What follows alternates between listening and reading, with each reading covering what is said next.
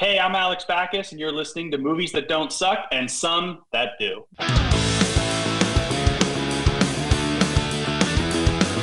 It's a show by Chris and Neil with all great movies. They are the real deal. We watch them all, so you don't have to. It's movies that don't suck and some that do. Ladies and gentlemen, boys and girls, listeners of all ages, welcome to another episode of Movies That Don't Suck and Some That Do. My name is Neil. And I'm Chris. And today we are giving you a review and another interview. So again, from the Panic Film Fest. And if you guys don't know what the Panic Film Fest is, well, I don't know how you don't know, because it's been going on for 10 years now. This is the 10th year anniversary. It is the Panic Film Fest in North Kansas City. It is literally at the Screenland Armor, one of the greatest theaters in the entire United States of America, if not the entire planet. I'm with you on that. Yeah, right. Yeah. It is. They're fun. The people there are good. They are avid movie watchers. You can find all the information out about Panic Film Fest at panicfilmfest.com or Facebook/Panic Film Fest. Now, at this time, the movie that we are going to be reviewing this week is not a movie, but A short film. A short film. It is just a nice little 10-minute short film. Called That's Our Time. Now, we're going to give more information about it out here in a little bit. We don't have any clips because the clips would ruin it. Everything else would ruin it. So we'll talk about it in just a couple of minutes. But first, me and Chris are going to inform you more about where you can go to see little shorts like this during the Panic Film Fest. Now, Chris, what is it called on panicfilmfestival.com that you can go to? Well, there's a virtual schedule you can buy tickets for, and that's they'll have you download an app called Eventive, and you can see the shorts there. Also, if you go to the Gather, which is also in their link, and they have little screening rooms where you can watch short films there. It's all really cool the way they do it. So go to panicfilmfest.com. You'll find the link for the Gather. You'll find the virtual schedule. And by the time this comes out, it might be over, but stick around for next year because it comes back every year, and it's always fantastic. And they have a ton of t-shirts. I just clicked on, including if you're not watching the video right now, I'm wearing one right now of this year's Panic Film Festival. Killers, aren't they? They're the best. They're killer. They got ones. They even got movie ones too, of like Halloween, Nightmare on Elm Street, The Shining, Evil Dead, stuff like that. They have looks like Panic Fest shirts going back for at least the last 5 years on here. Yeah, at least. Yeah. At minimum. I got like 5 of them. I do have like a shirt for every year plus other stuff. So, yeah, man. Oh, my gosh. So it's really cool. Guys, make sure to go to panicfilmfestival.com. Now, the person that we interviewed for this episode is none other than Alex Backus. I was going to say his name. I was hiccuping. Thank you very much, sir. Thank you, Alex Backus. Now, Alex Backus, if you don't know, not only created this short, he created a short called Kick, which you can go find that on, I would think it was on Vimeo. Or Alex Does Stuff, his website, Alex Does Stuff. Is it Alex Does Stuff? Yeah. Oh, yeah. AlexDoesStuff.com. He has a bunch of his stuff on there, including his work with Star Wars, The Old Republic, the online gaming, the Elder Scrolls online gaming events. He did that. One that he named after me called the Blackwood. No, he didn't. He didn't know me. He didn't know that I existed at that point. Yeah, but Neil's going to get some reparations, hopefully. Yeah, things for Shark Bites and other game trailers he's done and stuff like that. And That's Our Time. I'm guessing after it does its rounds, it'll be on there. Yeah, sure. It'll be on this site as well. Now, if you don't know about Alex he hails from originally from Northern California, now he resides in the smog of Southern California. Alex has been a working creative in Los Angeles for many years, almost 20 years now, from his early days of performing at improv in both underground theaters and comedy staples like the Second City and the Upright Citizens Brigade. Alex applies the core philosophies of his time on stage into his work and his award-winning writing and directing. Now, the movie that we're talking about, or the little show. I don't want to use the word little. Yeah. Because it's not little. It's a short. Yeah. Yeah. But the short that he records is it's called That's Our Time. Chris, tell us the information about it. So it's directed by Alex Backus, and it's also written by Alex Backus, and is the writing part of Josh Callahan. This stars Marquis Richardson as Danny, Deborah Wilson as Dr. Miller. It also has Sarah Umini as Monica, and Josh Callahan shows up in this as Doug. And then there's David Alfano as Kevin. Why don't you read the storyline for this one, Neil? Oh, I love the storyline for this one. I'll be more happy. Danny is unable to make connections with the people in his life. Now his sympathetic therapist tries to help him realize that it's more important to focus on the time you have left than the time you've already spent. So I don't want to talk too much about this because it's 8 minutes. It's like 10 minutes. You can watch it, and it's what time we're spent. I love the way it looks. I love the way it feels. I love the dialogue. Marky and Deborah did an amazing job. The chemistry is immediate. For just a 10-minute film, I felt like I knew both of them after a minute and a half into this. Yes, and the dumps and dives that goes through this, like by any means, the best way to say is it has a twist. And I don't want to ruin the twist. We don't want to ruin the twist because believe me, it's one of those that Alex explained it best when we have this interview with him in a little bit. Yeah. Is that when you're done, when the credits hit, he wants to hear the whispers. Yeah. He wants to be like, "Oh my gosh, Yeah. did you see that? Yeah. Did you see that coming? Did you see that? Understand it?" He wants people to talk. And during this, if you don't think you're gonna talk, man, I don't even know.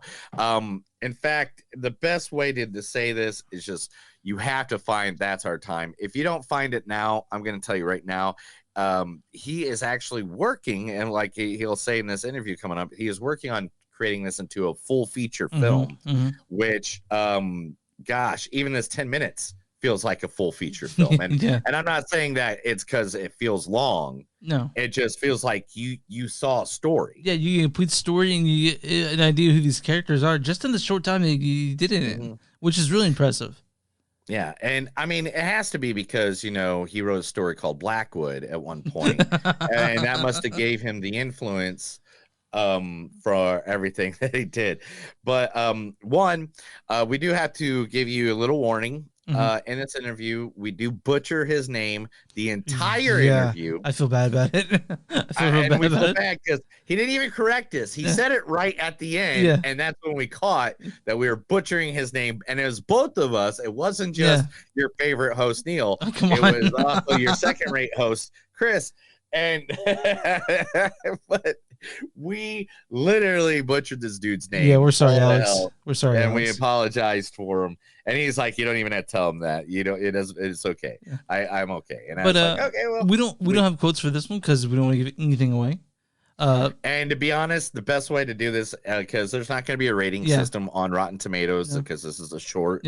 There isn't going to be anything like that. So the best way to say is, I give it a 10. It's a 10. Yeah, 10. No, it's a 10. Yeah, it's a great short. You guys should really check this out. We'll let you know when it's out available, like we do for all the paying film fest movies we do. Whenever they're available, we shout from the mountaintops. But keep your eyes peeled for That's Our Time by Alex Backus. And to be honest, if we're giving it a real rating, I'll give this like a 4.8 all day I'm with you long. on that. It was fantastic. Yeah, this because for being 10 minutes, you get you get some character depth, and you just don't see what's coming. It looks so good. This thing was shot so well. The cinematography in this and is the set ridiculous. decoration, everything about it, man, it's just fantastic. And again, this is his second time directing real humans. Like usually he's done video games, he's done cartoons, and he's done stuff like that. But you can already tell he's going leaps and bounds. If we don't see something crazy from Alex in the next 5 years, I would be like, I would 100% not. We'll email him again. It's like, where's your shit, dude? We love it. Yeah. And then we'll find out that he's like a crackhead in an alley, because that's literally the only way that this guy does not get some great he's, art. He's driven, some man. great films. The guy's driven. He's driven. We could tell it in that. So that's our review of this. We don't want to spoil too much of it, but it is called That's Our Time. It was on the Panic Film Festival website, but go to Alex Does Stuff. AlexDoesStuff.com. He has a whole list of stuff there with it advertised there. If you can't find it there, literally find it. I don't care how you find it. I don't care if you decide to become a pirate for a day. I don't care whatever you have to do. This was worth all 10 minutes of it. I don't know if it's worth 10 years, but it's still worth 10 minutes. Yeah, for sure. But and so just leading into now, this is our interview with what's his name again? Alex Backus. Backus. I keep on messing Yeah, that me up. too. Yeah, Alex Backus. Is... And you'll notice that the entire time during this interview coming up. Alex Backus, everybody. Here's the interview with him for this year's 2023 Panic Film Festival.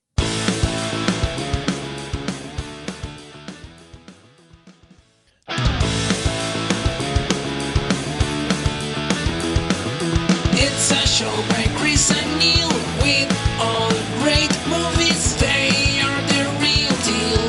We watch them all, so you don't have to.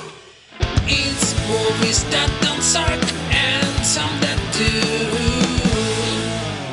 do. Ladies and gentlemen, boys and girls, listeners of all ages, welcome to another episode of Movies That Don't Suck and Some That Do. My name is Neil. And I'm Chris. And today we are continuing our road of coverage of the 10th anniversary of Panic Film Fest. The Panic Film Fest is one of the most premier horror festivals in all of the world. It introduces viewers to everything from Hollywood blockbusters to new independent films and a vast variety of shorts as well. Make sure to grab all the information you want on their website at panicfilmfest.com, or you can check them up at Facebook/Panic Film Fest. You can go to everywhere to their virtual world where you get to play around in like an 8-bit world. It's like being in a, what's the best way to say it? Like an MMA for a 8-bit arcade, I guess. I mean, I don't know. It's isometric. It's like if Nintendo did the Sims. It's like if Nintendo did the Sims. That's right, yeah. Now, today, continuing our road down the Panic Film Fest, we are... Today, listeners, we have a good treat for you. He is a creator of Shark Bites. This man has created such online gaming stories as Elder Scrolls Online, High Isle, and Blackwood, Deadlands, and Damnation, Star Wars Old Republic Disorder. Also, the creator of awesome and very brutal short called Kick. He is here now to talk to about his new short film featured at this year's Panic Film Festival. That's Our Time, the story of a man who's unable to make connections with people in his life. His symbiotic therapist tries to help him realize that it's more important to focus on the time you have left than the time you've already spent. The one, the only, Alex Becks. What's up, guys? You are right. You are a serial researcher. That was impressive. Good job. Good job. Yeah, you did your research. Everyone gets gold stars. You know, I was also going to mention that you were also a Second City before too, because I've gone to a lot of Second City when I was back in Chicago. I used to go there, watch a lot of great improv shows there. So, I mean, awesome that you got to be a part of Second City. I mean, to me, I mean, I moved to Los Angeles when I was 18 years old, and the first thing I did was get into classes at the Second City in Hollywood. That was like, as a kid, I had a coffee table book with all of these like 90s Second City alumni on it, and I was like, I want to do that. I want to make people laugh. Well, you definitely been doing that, but also scared because I watched your kicks, your short kick, and of course this new one. That's Our Time, and they're both great. They're both amazing. So yeah, I mean, it's an easy jump from comedy to horror. They're not different. They're not that different, surprisingly. They're just, someone falling down the stairs and, like Benny Hill cracking their neck and getting up and going about their day is funny. Someone falling down the stairs, cracking their neck and just staying down is horror. So, yeah. So, like, how did the idea of That's Our Time became? Because to be honest, it is like to to be honest, to me, it almost lends itself to be like, you can make that like a 5-hour movie, like, because the story is so great. And if you don't pick up on the aspects of it, and here we're not going to ruin, the twist, but where did the idea of that come for you? Well, I mean, like you said, Second City earlier, my writing partner, Josh Callahan, and I, most of the stuff we do starts off as a sketch that we would think would be funny. If it makes us laugh and we joke around, we will kind of we'll poke at that thread and we'll pull at it. We'll tug at it until we kind of either reveal something that we're interested in pursuing, or if we joke around about something and we forget about it in 3 days, that usually means that it either A, wasn't funny enough, or B, just didn't stick with us. So it's very hard to talk about the short without spoiling it. Yeah. So I can't really tell you what that sketch was. Yeah. But I can tell you offline, and then if any listeners see it and then they want to know what the sketch idea was, I'd be happy to tell them via social media. Okay, but yeah, it started as a sketch, and it just kind of slowly morphed. I mean, we were feeling a certain kind of way, like most people were in the pandemic. We were kind of exploring some of those feelings. I was hit particularly hard with a series of like random tragedies that happened over the pandemic. And I'm 30. Oh boy, I can't even remember how old I am. I'm 37 now. I'm 37. And it was kind of my first good year of like, oh my goodness, like friends are getting sick that are my age. People in my life that I've known for a long time are tragically passing away. It was just like kind of a strange, just kind of being surrounded by stuff that, for lack of a better word, I was privileged and blessed to not have experienced a lot up until this age. And I told Josh, I said, I just want to explore some of those themes. It seems like if the universe is telling me all of this and showing me all of this, I probably need to look inward. And like any artist, usually I kind of turn to my art to help me process things that are particularly difficult. Yeah. How did Marquis and Deborah Wilson get involved in this? Because they were incredible. They fit the roles so perfectly. Marquis is a dear friend of mine. Nice. I've known Marquis for a long time. His wife is very good friends with my wife, and we had always wanted to work together. But just the right thing hadn't really come up. But when Josh and I finished this script, I sent it to two people. I sent it to my producer, Steve, and I sent it to Marquis. And I said, Marquis, I think that this might be a good one for us to work on for the first time together. If you're interested, give it a read and let me know. And he gave it a read. He got back to me like, I think either the next day or 2 days later, and just said, I gotta do this. This is perfect. This is exactly what I've wanted to do in my next steps of my career. And I said, well, then we're speaking the same language. In regards to Deborah, that was a little bit more of your traditional casting process. All right.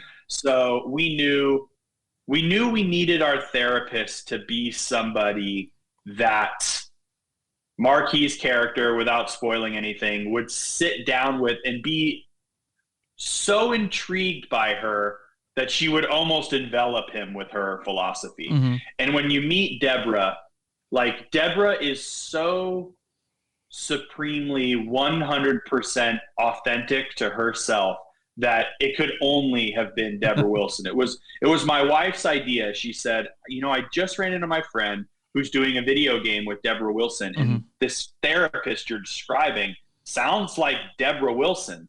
And I said, Deborah Wilson is such a stroke of genius for this therapist. And we shot Deborah an email, and Deborah read the script. I had one call with her, and I could tell right away that she was super into it. And yeah, we just kind of went from there. So, I mean, a lot of it was just kind of emailing people, sending stuff out, having them read the material first. I think if I can speak for Josh and I think a lot of people who make short films don't quite understand this, which is the importance of a good script before you start making it. that makes a world of difference when you're in production and in pre-production, because if you have a strong script and you've done the work there, people will A, try to elevate to that, and B, you're going to attract the type of talent you want to be working with Right. if they're reading a script that is already compelling. Mhm. If they can see the vision in the script, you've already done your job. So, I watched this. I've probably watched it 4 or 5 times now, and I was watching it last night. My wife walked into the room, halfway through it, sat down, and she was looking at her phone. By the time it was done, she was looking up. It's like, "Can you restart that? That was fucking cool as shit." So, Makes me so happy to hear. yeah. It's really, honestly, it's really hard to get my wife into watching something new, and to know that she was so into it was a testament to how good That's Our Time is. One of the things I really noticed when I was watching it is how quickly you're able to flesh out a character. Like a minute and a half into this thing, I sort of felt like I knew who Marquis was and who Deborah was. I sort of got an idea of how they are. So how are you able to flesh out a character in such a short time? Improv, man. I mean, when you learn to, again, I preach that gospel for anyone that wants to get into writing. Josh and I met at the Second City. That's where we learned. I would have never considered myself a writer. I have the worst grammar on the planet. I got ADHD in a way you cannot understand. Josh, on the other hand, is an incredibly gifted writer, has incredible grammar, and totally understands structure in a way that I don't. So the two of us, our ideas and I'm all about like, how can we do something you haven't seen, and how can we make it visually crazy and weird? And Josh is like, okay, but yeah, what happens, and why do our characters do what they do, and why do they care? And those kind of things mold into what you see. But to answer your question, when you improvise, you have 3 lines to establish that. What the scene partner's name is, you name them, they name you, you say what you're doing there and why you're doing what you're doing. And if you can get that out in your first 5 lines, then the audience can go along with you as you make up this story. But if nobody's clear on what's going on, we've all seen bad improv. It's usually because you don't understand what's happening in the scene. And if you don't understand, there's a good chance they don't understand, the improvisers. So for me, especially in a short film, it's so important to very, very, very quickly establish the things that we need to know before we get into the story, or else people are going to start to drift. You know, it's like the who, the what, the where, and then the why. And then very specifically, when you're doing a twisty thing, kind of what we're doing, usually you reserve one of those to the end, right? So for our film, without spoiling it, we're probably removing the who, right? Or the why. You know, we're kind of holding back that, and then at the end you're presented with it and you're out because you've learned everything you need to learn about this story. So I mean, it really is just like years of doing live improv comedy and taking those philosophies and kind of attributing them to a short film.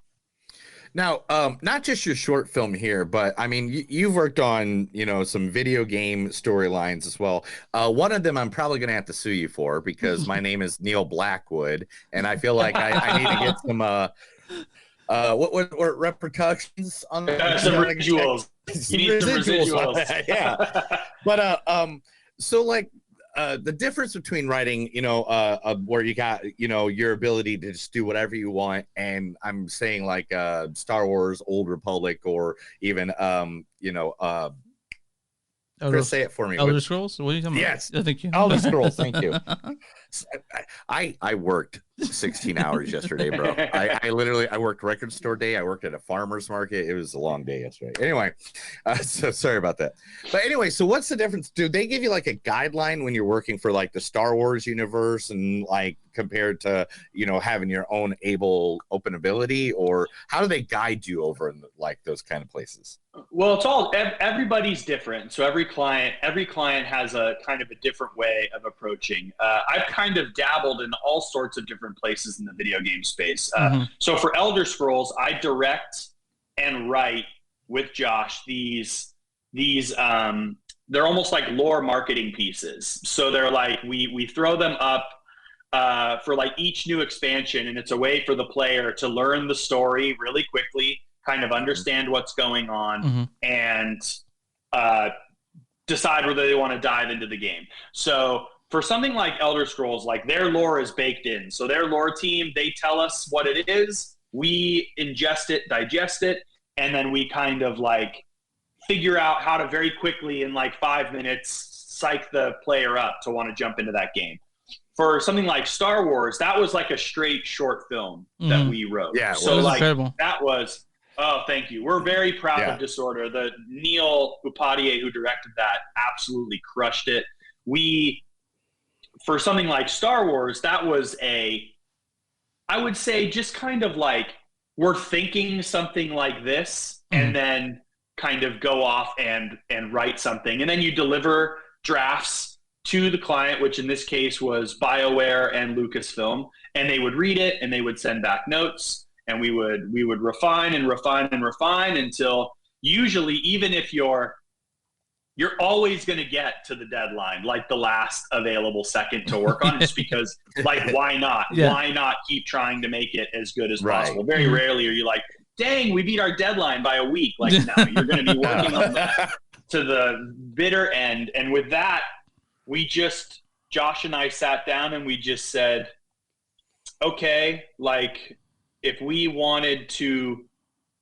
had one shot to work on Star Wars, which I am a huge fan of, I grew up on it. I'm sure like both of you, like anybody who loves film, it's pretty hard to have not been touched by Star Wars in some kind of way. For us, it was, if we get one shot to touch this, what would be cool? Like, what could be like, how cool could we make it in 8 minutes? Right. And then we worked with Neil, a couple of other on-staff writers that were kind of coming in and out and working with us and creating it. So for that, it was much more of a traditional scripting process. And then when I work on a personal thing, the beauty of it is I don't answer to anyone. I only answer to me, my taste, Josh's taste, and anyone that's working on the project or someone who I send the script to for notes. I mean, that's the dream, right? That's why independent filmmakers make the films that they make, is because they don't have a corporate entity over them telling them what to do. I mean, that's why when you go to a place like PanFest, there's a huge difference between the independent films you see and something like Renfield. It's not just money and budget and Nicolas Cage. It's also, there are 8 production companies brought on to fund the thing. There are multiple producers, creative producers, executive producers. You've got something as simple as like, hey, we can't show that thing in this country, so you've got to change that. So there's so many things that come in when you're making something for the studio system. And then when you're making something on your own, like That's Our Time, it's really just all about what is going to surprise me and delight me. And if I get one chance to like put something on screen for an audience, I want them to kind of see me in it. You know what I mean? I want them to see my taste. I'm not doing something to please them. I'm doing it to please me. And in turn, if I like this thing, someone else is probably going to like this thing. I think that's the big difference, is that you're your critic when you're making it yourself. And Alex, that's exactly how this actually podcast started. Me and Chris noticed that there weren't people out there reviewing movies honestly. Instead, you got your critics that are like, oh, we're trying to make this sound better for this studio. And in fact, me and Chris met at a D&D group. That's how we met. And the first movie that we reviewed together was I, Tonya and The Last Jedi. Were the two movies that we reviewed on our first episode. The Last Jedi, never heard of it. Did people talk about that? And someone talked about it somewhere. Yeah, somewhere. I saw that somewhere. Something about some guy named Luke. I don't know who that guy is. So, are you working on any other, any video games or anything coming out soon? Because, you do have a good history at this point. I'm directing some stuff right now that I can't say, but I'm working on some more stuff. Most recently, I did some very light story work on the new Need for Speed. So, I jumped in and did, a bunch of random racer missions and stuff. It was fun. I wouldn't call... When you think of illicit street racing, I'm not the person that probably pops into most people's heads. So, that was super fun. But mostly right now, we are just really actively working on a feature film based off of this short film. Oh, we are fucking awesome. We are trying to get a killer script written and get a feature of this thing made. And we've got some interest. We've got some momentum. So that's the big task right now. That's awesome. I'm really happy to hear that. So when it comes to, you're probably a gamer, right? Yeah, I would consider myself someone who plays and likes the video games that I like. Yeah. I wouldn't say I'll watch every movie that comes out. Yeah, sure. I'll engage with most every TV show. I will not play most every video game. I will play a select few. So what's your shit when it comes to playing video games? What do you love? I'm actually right now playing the Resident Evil 4 remake. Me too, because the original Resident Evil 4 is my favorite video game. It's a great choice. So an easy one to jump into. I've played both of The Last of Us. Oh, yeah. I played a ton of Destiny.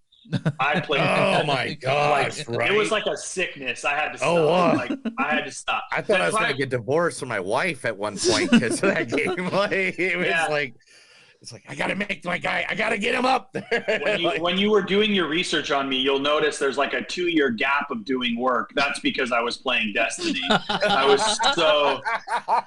so addicted to it. Yeah, that was a fantastic game. I loved it, but obviously, it got to the point where had to put that one down. And note, a bunch of my friends still play it, still love it. I had to kind of choose: do I want to play this, or do I want to try to write more and focus more on my art? And that's why I had to uninstall Stardew Valley off my Switch. Literally with me, I had to give myself the rule: if it doesn't have an ending, I can't play it. Yeah, it has to have an ending. That's a good philosophy. So I'm mostly just playing stuff that has an ending. Yep. Because my wife would be like, "Did you beat that?" Well, you don't really beat that, and she's like, "Ugh," and just walk away. Yeah, that's not the answers you wanted to hear. Yeah, so my wife says the same thing about Binding of Isaac. I'm like, not really. You don't ever beat it. Now, jumping back to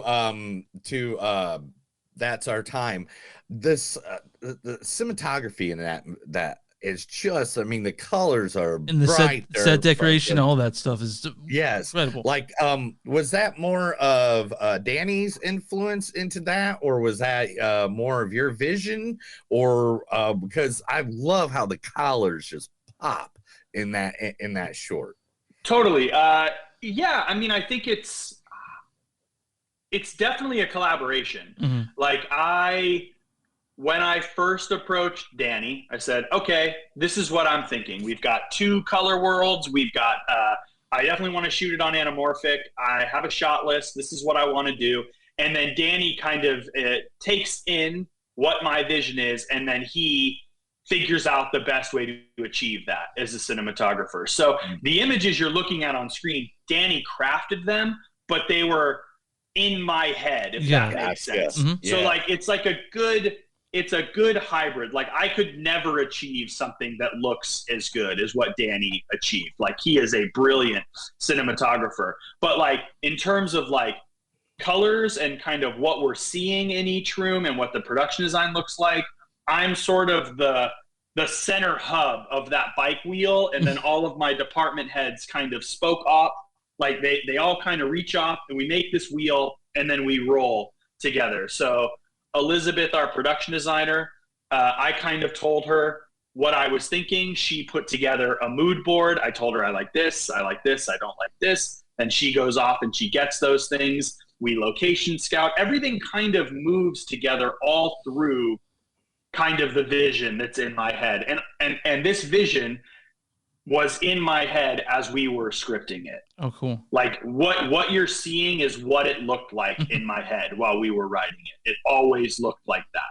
So it's just a matter of trying to achieve that every step of the way. And everybody's kind of servicing that vision. I'm very, very happy and proud of the way that the short film looks and how it turned out. It was like very important to me that it just be a striking image to look at. Otherwise, like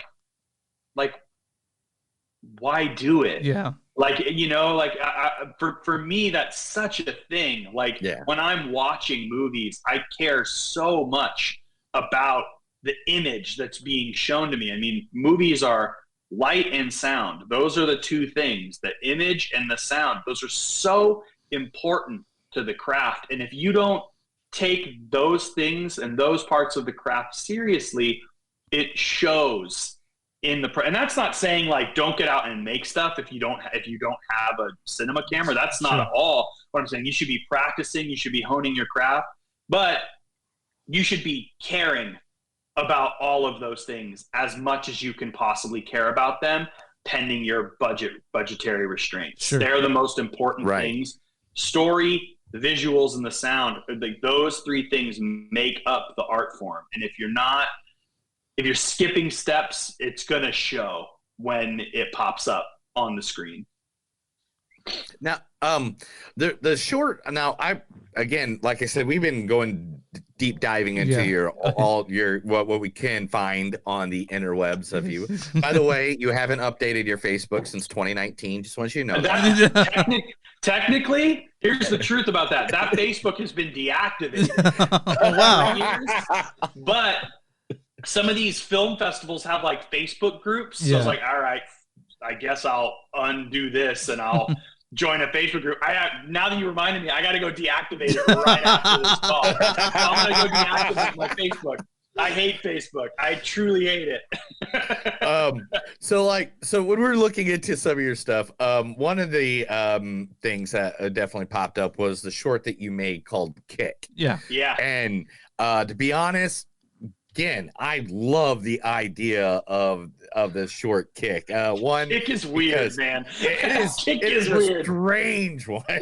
But I was just like, okay, cool. All right. Oh, I love the little details. I love the little details, like with the book she was reading before she went over the house. Like, yeah. We catch up on these things, and so, like, was filming this that's our time like different than how you filmed Kick, or was Kick kind of like your first time doing like a real life filming? Kick was my first time directing a narrative short film. So like Kick was my first time story shooting, get it onto an editing suite, edit it, and get it into film festivals. Now Kick is not my story. So I directed Kick with my dear friend Tanner, who had directed tons of shorts. And originally he was like, hey, I kind of want you to be in this. I want you to be in Kick. And I said, man, I'm just not acting anymore. I don't really like it. I want to step into directing. I want to start directing more. I'm much more passionate about it. And Tanner said, great, you want to direct it with me? I just want to work with you. I like working with you. So the idea had already been baked in.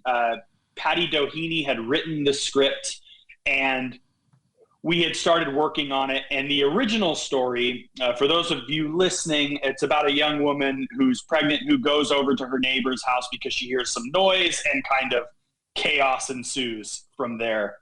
The original story was a man goes over with his pregnant wife sleeping, and he's like, "You need to keep it down. My pregnant wife is sleeping."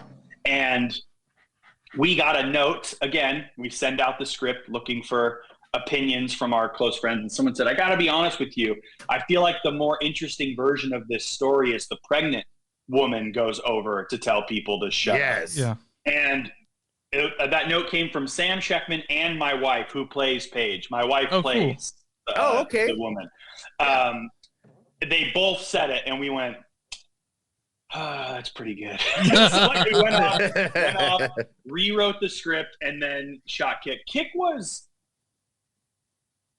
harder in some sense because Kick has so much more blocking and so much more things going on in it. Like the story is much stranger than That's Our Time. I think That's Our Time is twistier, but like, and a little bit more of a thinker than Kick is. Kick is kind of just insanity. A lot of so it. the real difference, I think, between the two of them just was like the sheer amount of shots we needed to achieve for Kick versus That's Our Time. That's Our Time was much more of an, like, get these actors in a room and let them cook, whereas Kick was like, okay, we got that. We got to move on. We like need to move on right now because we're falling behind. I mean, yeah, I loved Kick, and I love That's Our Time. I was really impressed. For some reason, when I got the email, it went straight to my spam. For some reason, and I checked. I'm like, why didn't I see this before? You know. Yeah, Kick reminded me of this time I got invited to a party. I walked in the door and I was like, "No, this ain't the party for me. I gotta go." That's what it kind of reminded me of when the pregnant lady realizes what's going on. Yeah. Oh, it's like, I feel like we can spoil Kick because it's not on the festival. She basically goes over to her neighbor's house. She thinks they're having a party, but it's like a crazy BDSM, like dominatrix fucking night with these like old people just like whipping each other. And then like this big dude in a giant GIMP costume like chases her around for like 10 minutes. It's wild. Yeah, it's just strange. It's and I repeat, it was not my story. It was not my story. We have a friend named Jeff that I'm gonna buy that costume for. Oh, yeah. Dude, I think it's on Amazon. I think we just looked up like 3XL GIMP costume. Like, you can get it tomorrow. Jeff Bezos will drop it off. All right. Sounds good. Oh my god. So, as a director, what do you think is the most important quality to possess that would win to being a director? Like, what's the most important like place to start, or what's the most important thing like to think about when you're directing? Like, what do you think a director needs to have before they start directing? Taste.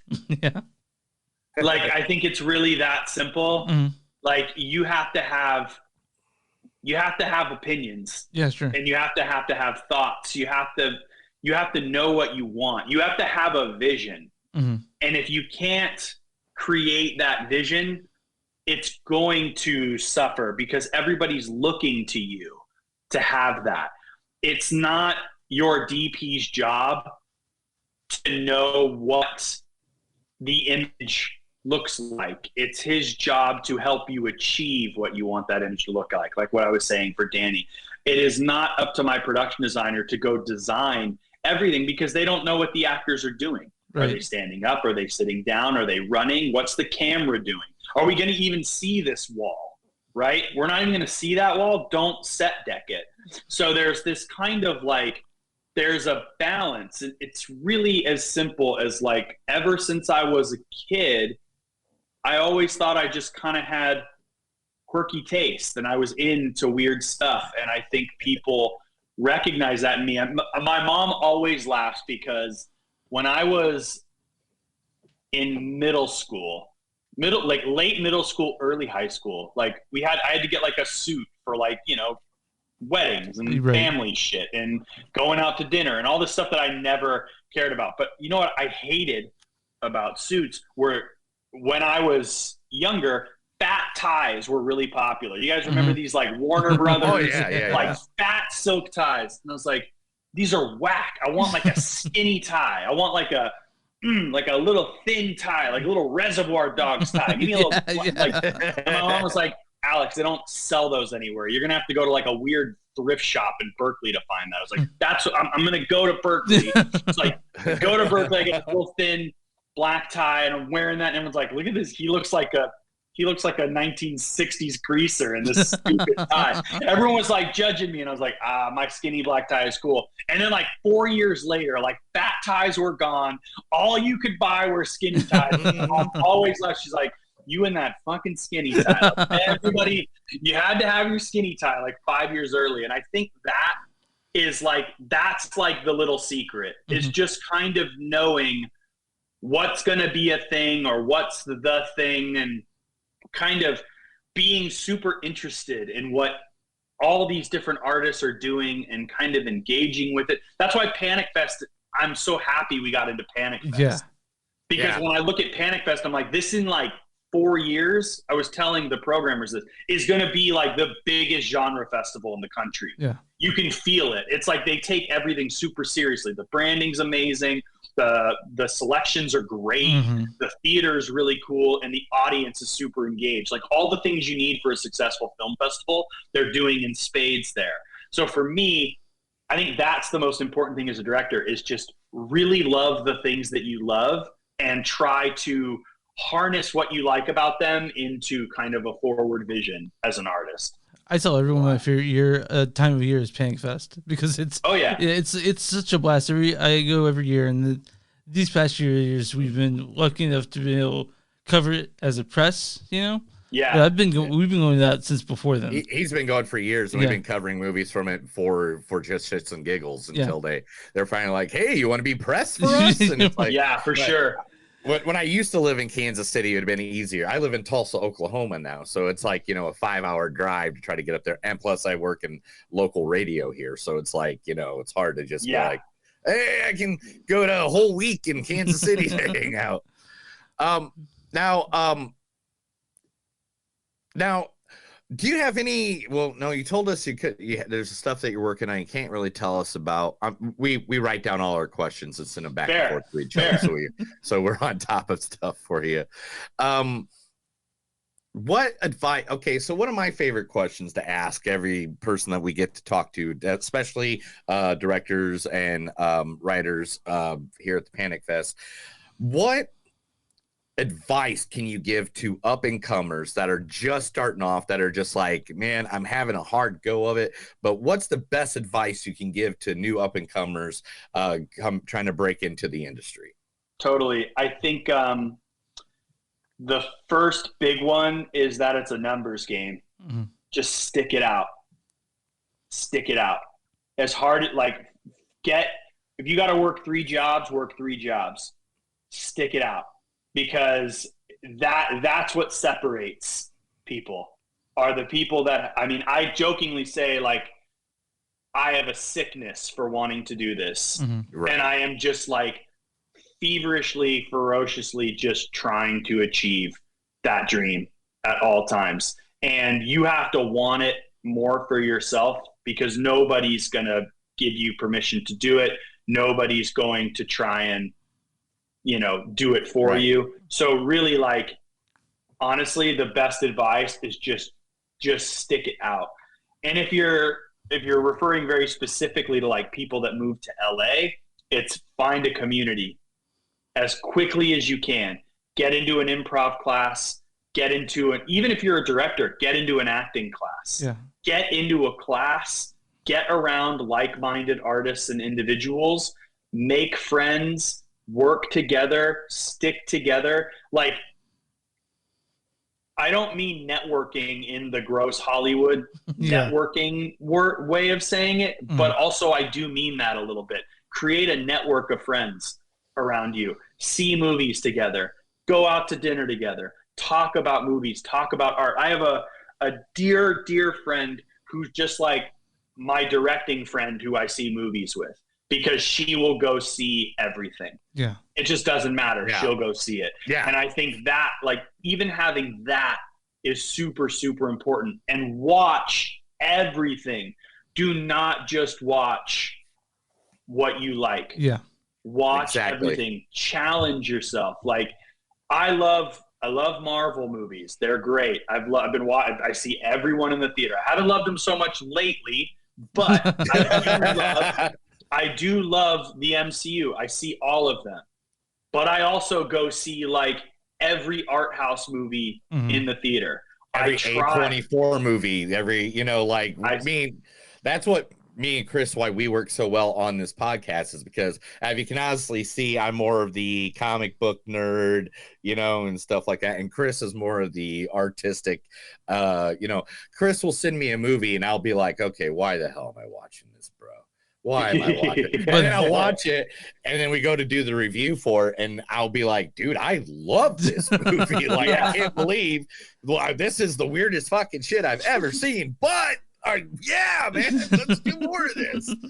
And so that's what I like about having that counteractive. I absolutely love what you're saying here, because literally me and Chris's love of movies. I used to live above a one-screen movie theater in a small town in Indiana. He used to, he grew up in Texas playing in a punk band. Yeah. Like we're like literally other sides of the coins on so many aspects of what we like. It is, he likes a ska band, and I'm like, I like death metal. Like, it's like the opposite. I mean, listen, but I that's the other thing I didn't even really talk about. I mean, a lot of what you're seeing in That's Our Time and like kind of the hustle comes from my years of playing in punk bands. Oh yeah. It's like punk bands just do it themselves. Oh yeah. Like there's nobody out there is like feverishly desperate for more music from a punk band. Like only people that love punk and love that band want more of it. So, I grew up in Northern California, and a big thing in Northern California, the Northern California punk scene, is just DIY. Just do it yourself. Just do it until someone starts asking you to do it. And that has kind of always been my approach. I just make shit and I see what sticks. So yeah, I mean, that's a punk music is a great thing to point independent artists to and be like, 100%. You can treat your films the same way these punk bands treat their music. Daniel O'Connor, who did the music for That's Our Time, he's in a band called 4 Year Strong. Oh yeah. And him and I hit it off because just like we both loved movies, and he said, "Oh, I want to try doing music sometime." And I went, "Hey, I just finished a short. You want to do the music?" He said, "Yeah, I'll do it. No sweat." Awesome. So like, get out there, meet people, network and engage, and figure out what you love, because people will come through for you. They'll help you out. So I always ask this question, and Neil hates it when I ask it, but I'm going to ask it anyway. This question. I literally hate it. And it's because it's a hard question to answer. So what is your favorite movie? See, how do you say your favorite one movie? Like, if you say your top 10, I get that, but like your favorite movie, it changes, man. Well, I'm not gonna tell you. Right, I tell you what my favorite movie is right now. Yeah, that's perfect. Yeah, there we go. Yeah, right now, if you ask me what my favorite movie is, I would say Kill Bill: The Whole Bloody Affair. Yeah. Oh yes, yes. So that's what I would say. I would say I count them as one movie. Yeah. So both of them together make my favorite movie. Movies that get that, like, have achieved favorite movie in my life: E.T., yeah, Ghostbusters, that's for sure, Back to the Future, The Last Black Man in San Francisco, the Royal Tenenbaums. You can see the inspiration from that, right? Oh yeah, 100%. Yeah. The symmetrical aspect of That's Our Time has a real sort of that influence in it for sure. Yeah. You can. I love talking about the influences because I think they're weird for That's Our Time. When you hear what they are, it's like, oh, E.T.? And it's like, it's there. You just got to look for it. I think E.T., Last Black Man in San Francisco, the Royal Tenenbaums. Yeah. And Social Network is another huge one for Sure. me. I also now too, like, I kind of, and this is really cheating your question, is now I kind of jump to favorite director. Oh, I'm with you on that. Oh. I'm with you on that. I'm a big Fincher fan, big Astor fan now. Even Eggers has done 3 films that they're all amazing. So yeah, I'm a big director guy. Yeah, I'm a huge John Carpenter fan, if you can't tell right there. Like, you know, here's a Carpenter thing for you. Somebody gave That's Our Time like a half star out of 5 on Letterboxd, and I was like, oh, that's brutal. And then I saw they gave The Thing a half star, and I went, great! The Thing is the greatest horror movie ever made. What? How? I got nothing for you. I got a good story for The Thing. Just 5 seconds of something. I was working a tattoo convention for the radio station a couple weeks ago, and there was a guy at this tattoo convention getting The Thing poster completely tattooed across his entire back, and the guy was paying the guy $3,000 a day to do this because of how much dark shadowing and all that stuff was. And me and the radio DJ were just like looking at this like, dude, what the, like, that's like $9,000. He goes, for your whole back. I go, yeah, I guess $9,000 for your entire life, because you're not gonna be able to cover that one. Yeah, for sure. That is commitment to a love for The Thing, which is, again, you know, I actually just saw The Thing for the first time maybe a year and a half ago. Mm-hmm. I finally watched it for the first time. It was one of those ones that everyone had just been telling me to watch. And I was like, yeah, I'll get to it. And then finally, one Halloween, I was like, all right, I'm doing The Thing. It's time for The Thing. And of course, like, I was like, it holds up. Like, it holds up so well. I don't know that they didn't have to remake it. It holds up now. You know, the original thing And even like my favorite is They Live, because the whole subliminal messaging behind everything and stuff like that, how that even lives more in today's society, you know, than it did even then in 1989 when they made the film. It's just like, John Carpenter, what a genius. A big round of applause, John Carpenter. Big round of applause for John. All right, John, you did it, John. So let's see. Did we go through all the questions that you wanted, Chris? Do we got anything else we're trying to look at? Only thing. Also, when we have a guest on the show, we'll always ask them to say something for us. So, Alex, could you just repeat this? Say, hi, I'm Alex Bax, and you're listening to Movies That Don't Suck and Some That Do. Great. Yeah. All right. We're ready. Hi, I'm Alex Backus, and you're listening to Movies That Suck and Some That Don't. Wait, is that what it is? Movies that don't suck, and I reversed it. Right. I'm going to read it on my screen right here. Sounds good. Movies That Don't Suck and Some That Do. Yeah. Hey, I'm Alex Backus, and you're listening to Movies That Don't Suck and Some That Do. Perfect. I love that. Wait. So I'm going to now, Alex, I'm going to say this. You are a gentleman and a half, so we have been butchering your last name. I'm so sorry. 30, that's okay. 35, 40 Backus, minutes, and you have not. Backus. I've been getting backs my whole life. I'm so sorry. We're so sorry. Sorry. Don't even for a second even think about it. We had already started recording. I was like, I'm not gonna hit these guys with the correction while we record. I'm not gonna do that to them. I'm not going to do that to you. I'm not going to do you dirty. It's okay. With these Panic Fest ones, what we do is we do a review like we normally do on our normal podcast. We don't normally interview people. The interview thing is only for the Panic Film Fest. Sure. So what we'll do is we're going to do like a good 10-15 minute review of, you know, It's Our Time. That's Our Time. Go through some of the That's Our Time. And so we'll apologize for saying your name. Oh, you're both very kind. You don't need to do that. But if you do, I appreciate it. It's all good. It's a running gag in our podcast that I literally get all the names wrong all the time, everywhere. Like, Taika, I can't even remember how many different times I've said his name the wrong way. Taka Waititi, you know, Taka Wiki, you know, like anything you get something wrong, I mutter the right way to say it into the microphone. Yes. That's amazing. But go ahead, Chris. It was. I want to say thanks for talking so much, Alex. It was a great time talking to you. Really appreciate it. Thanks for having me on, boys. I really do appreciate it, and thank you for the kind words about the film. You know, I've worked on that thing for 17 months, and now that people are finally seeing it, it feels really good to hear people kind of respond to it in a really positive way. So really, thank you so much. Oh, no problem. And I really hope you do get this to make a good full length film, because I feel like there's a lot of things you could go into, like Fingers crossed. telling different stories than just the couple that you got, of like where things would reflect and stuff like that to review it back. It's kind of like, I want to say it's almost like Sixth Sense, if you want to say that in a words, you know, or it's just like some people are going to maybe see the foreshadowing. I'm not going to say some people saw foreshadowing on Sixth Sense, but some people I know did. But it seriously just lends yourself to like really think about all the different aspects, especially when it all comes to the conclusion at the end, because it really shows that you're looking at through one set of eyes, but literally if you're looking through a totally different set of eyes. It inspires discussions just outside the movie, just seeing it. To me, it's begging to be talked about after you're done with it.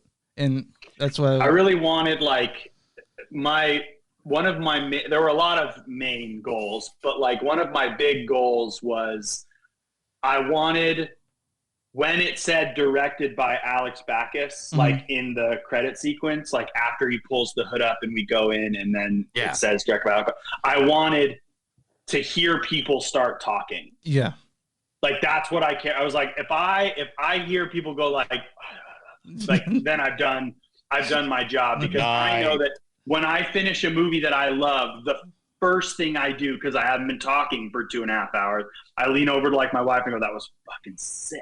Right? Like, or something's awesome. Like, so for me, that is like the main thing. If people are just like, even if they're like, I hated it, it's like, at least you engaged with it. Right. Like, I won't say anything, but I think it sounds like you saw Beau is Afraid, because you were talking about Ari Aster. Yeah, I saw it. Yeah. So I've seen Beau is Afraid, and like, dude, that audience, like, you want to talk about a strange post, like a credit vibe in an audience. Like, I heard like there were people that shot up immediately and like ran out the door. Yeah. There were people that were like, I guess I'm just going to sit here through this whole credit sequence. It was such a strange thing. So like, that's a perfect example of like, you elicit something. Yeah. As long as you elicit something, you've done your job. Yeah, I'm still trying to figure out how I feel about Beau's Afraid, but same. I'm leaning towards liking it. I think that's where I'm going on that one.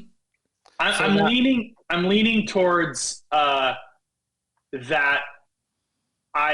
it's not for me. Yeah. But I can recognize why it is going to be for some people. Yeah, I'm with you on that.